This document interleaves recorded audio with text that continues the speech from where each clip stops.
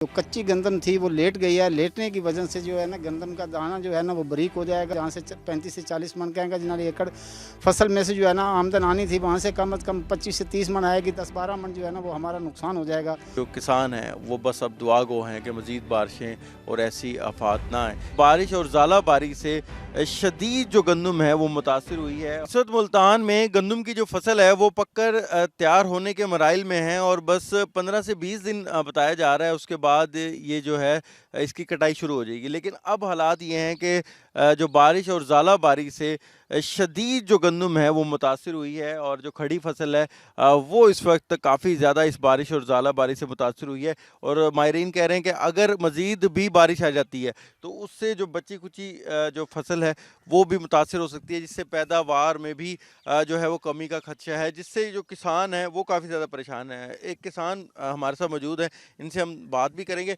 बारिश हुई है रात को, कितनी परेशानी हो रही है और अब आप फसल देख रहे हैं, क्या क्या इससे जो है वो मुतासिर हुई है? जी, ये जो रात को जो बारिश हुई है और ज़ाला बारी इतनी शदीद हुई है तो इससे जो है ना हमारी गंदम को काफ़ी सारा नुकसान हुआ है। जो कच्ची गंदम थी वो लेट गई है। लेटने की वजह से जो है ना गंदम का दाना जो है ना वो बारीक हो जाएगा, ताकि जो है ना जहाँ से 35 से 40 मन कहेंगे जिन्होंने एकड़ फसल में से जो है ना आमदन आनी थी वहाँ से कम 25 से 30 मन आएगी। 10-12 मन जो है ना वो हमारा नुकसान हो जाएगा।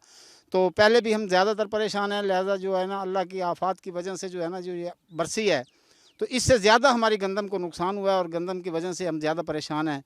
तो दुआ करते हैं कि आगे का जो है ना लहे मल जो है ना बारिशें ज़्यादा मुतासिर ना करें, तो फिर भी हमारा नुकसान जो है ना वो पूरा तो नहीं होता, लेकिन फिर भी कुछ ना कुछ हम नुकसान से बच जाएंगे। तो इससे जो है ना हमारी फसल जो है ना कुछ अच्छी हो जाएगी। तो लिहाजा ये रात की बारिश और ज़ाला बारी की वजह से जो है ना हमारी फसल को नुकसान तो हुआ है, काफ़ी सारा नुकसान हुआ है। जो लेट गई है कच्ची गंदम कहेंगे उसका दाना जो है ना वो बारीक हो जाएगा और बारीक होने की वजह से जो है ना हमारा काफ़ी सारा नुकसान होगा।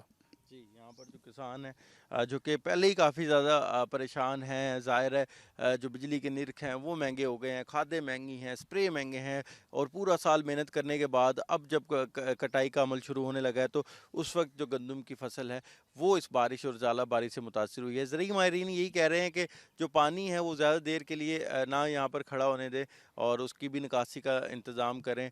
और जो किसान हैं वो बस अब दुआ गो हैं कि मज़ीद बारिशें और ऐसी आफात ना आए ताकि उनकी जो गंदम है उसको मज़ीद नुकसान ना हो।